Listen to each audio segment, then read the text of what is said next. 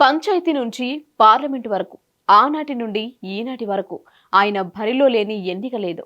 అలాగని గెలుపు పీఠం ఎక్కింది కూడా లేదు. జీవితమంతా ఓటములు ఎదుర్కొంటున్నా కూడా ఎన్నికల్లో పోటీని మాత్రం ఆపలేదు. పట్టు వదలని విక్రమార్కుడిలా తన ప్రయత్నం కొనసాగిస్తూ వస్తున్నాడు.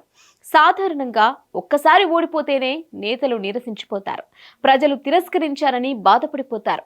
అలాంటిది ఒకటి కాదు, 2 సార్లు కాదు, ఏకంగా 238 సార్లు ఓడిపోయి చవిచూశారాయన.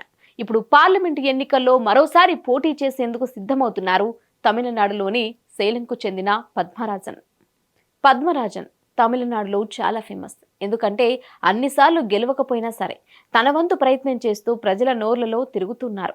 అందుకే అతన్ని పద్మరాజ్ అనే కన్నా స్థానికంగా ఎలక్షన్ కింగ్గా సుపరిచితులు.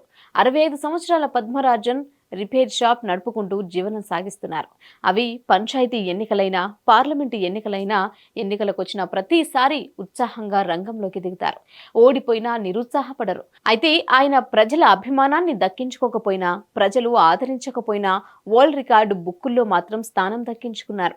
ఎన్నికల చరిత్రలో అత్యధిక సార్లు విఫలమైన వ్యక్తిగా పద్మరాజన్ కు Limca book of records, Asia book of records, Delhi book of records లో చోటు దక్కింది. ఆయన విఫల నేత అయినా ఆయన ప్రయత్నం విఫలం కాలేదు అన్న విషయాన్ని గుర్తుపెట్టుకోవాలి.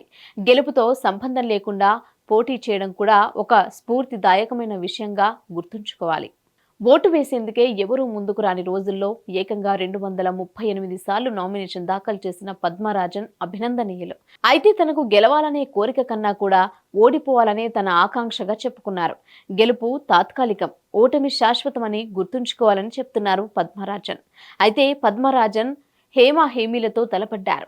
అటల్ బిహారీ వాజ్పేయి, పివి నరసింహారావు, కరుణానిధి, ఏకే ఆంటోనీ, వాయిలర్ రవి, యడ్యూరప్ప, బంగారప్ప, ఎస్ఎం కృష్ణ, విజయ్ మాల్యా, సదానంద గౌడ, అన్బుమణి రామదాసు వంటి హేమీలపై పద్మరాజన్ పోటీ చేశారు. కానీ ఎప్పుడు కూడా ధరావత్తు దక్కకపోవడం దురదృష్టకరం.